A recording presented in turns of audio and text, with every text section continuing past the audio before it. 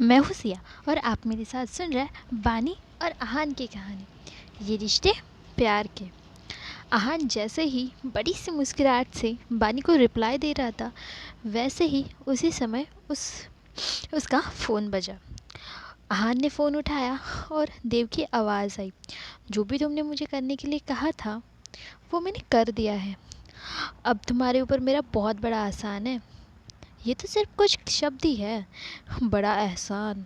ज़्यादा बेशर्म मत बनो, आहान ने क्रूरता से कहा। सिर्फ छोटा सा एहसान? तुम्हारी वजह से मैंने तुम्हारे बड़े भाई, उसकी बीवी, माधव, हर्ष, इन सबको नाराज़ किया है। इतने सारे लोगों को परेशानी हुई।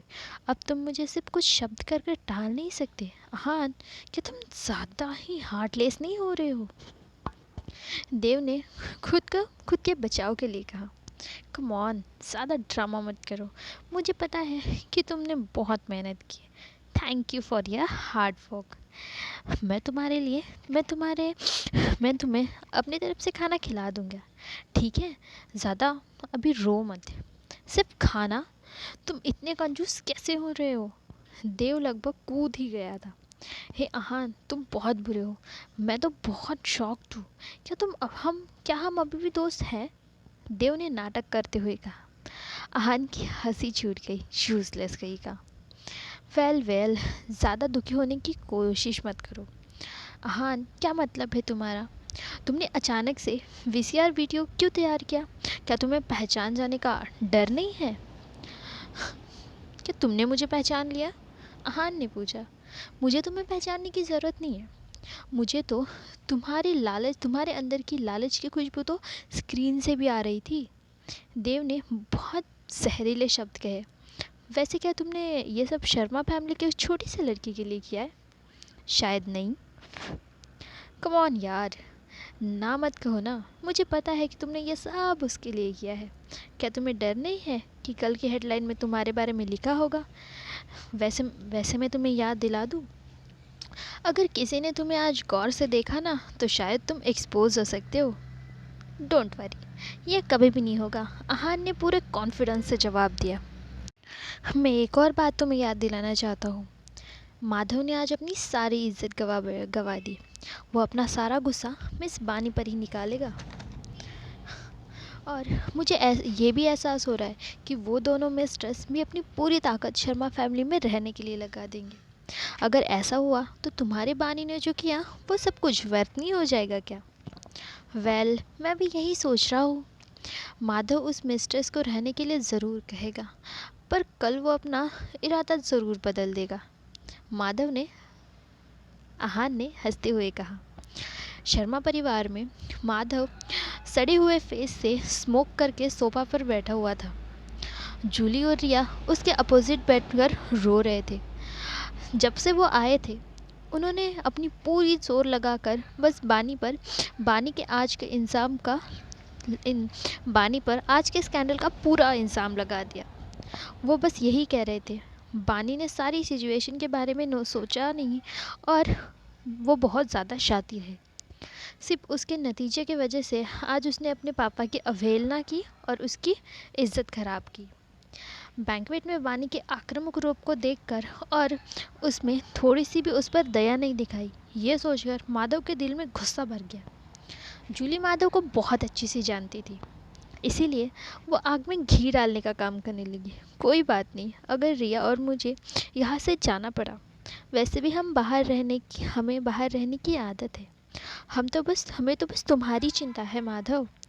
बाहर वालों के साथ मिलकर तुम्हारी बाप बेटी के रिश्तों को उसने इग्नोर किया। जो प्यार और केयर तुमने उसे दिया वो उसके खिलाफ गई है।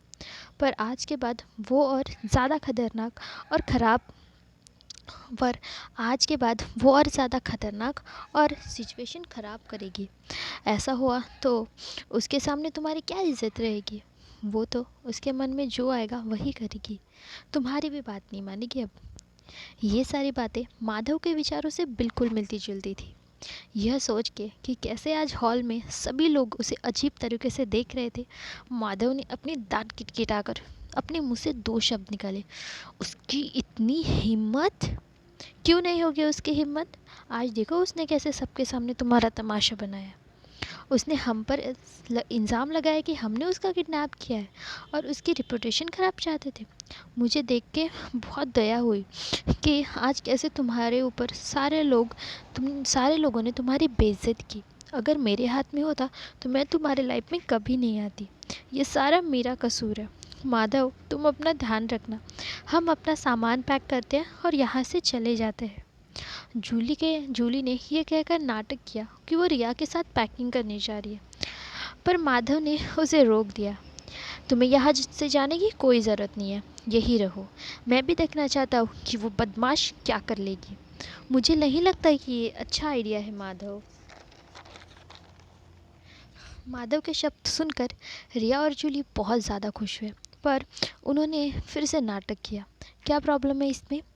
उस बास्टर्ड उस कमीनी के सोच उस बास्टर्ड ने सोचा कि वो देव के साथ मिलकर मुझे इस सबके सामने झुकने पर मजबूर करेगी। वो बहुत गलत सोच रही है।